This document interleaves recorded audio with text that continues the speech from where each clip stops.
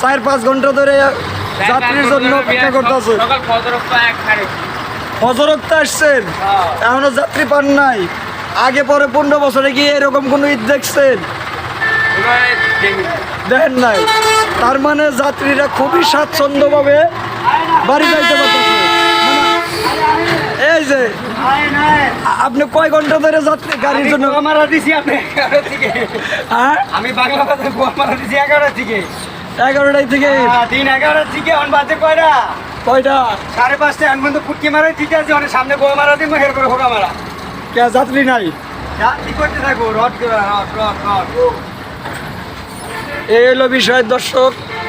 ঈদ যাচ্ছে কিন্তু আসলে গণপরিবহনে তেমন কোনো যাত্রী নেই। আসলে বিষয়টা হয়েছে গিয়া একদিনে ছুটি হয় নাই, যার কারণে পরিপূর্ণভাবে যে দেখা গেছে ভাগে ভাগে যাত্রী বেরোনোর কারণে পরিবহন শ্রমিক মালিক যারা আছে তারা কিন্তু বর্তমানে হতাশ।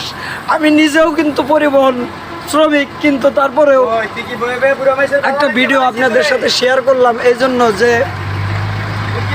ইতিপূর্বে আগে এরকম কোনো দিন আমি ঈদ দেখি নাই যে এত সময় অপেক্ষা করে। কোনো গাড়ি 1 দিন 2 দিন কিংবা 3 দিন এরকমও কিন্তু অপেক্ষা করছে যাত্রী নেওয়ার জন্য। আর সেই জায়গায় বিগত 15 বছর আগে শত শত হাজার হাজার যাত্রী অপেক্ষা করতো কিন্তু গাড়ির জন্য।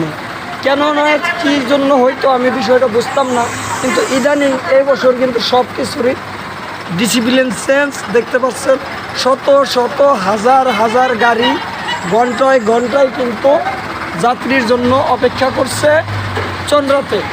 আমি চন্দ্রা থেকে ভিডিওটা বানাই আপনাদেরকে দেখানোর চেষ্টা করলাম, আর দেখালাম পুরোপুরি এই যে চন্দ্রা থেকে আমি আসি।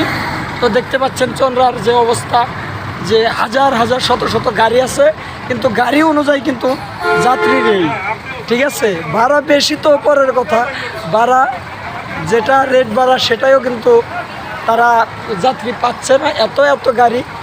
কারণ ওই যে ছুটি হচ্ছে বিগত 3 দিন 4 দিন।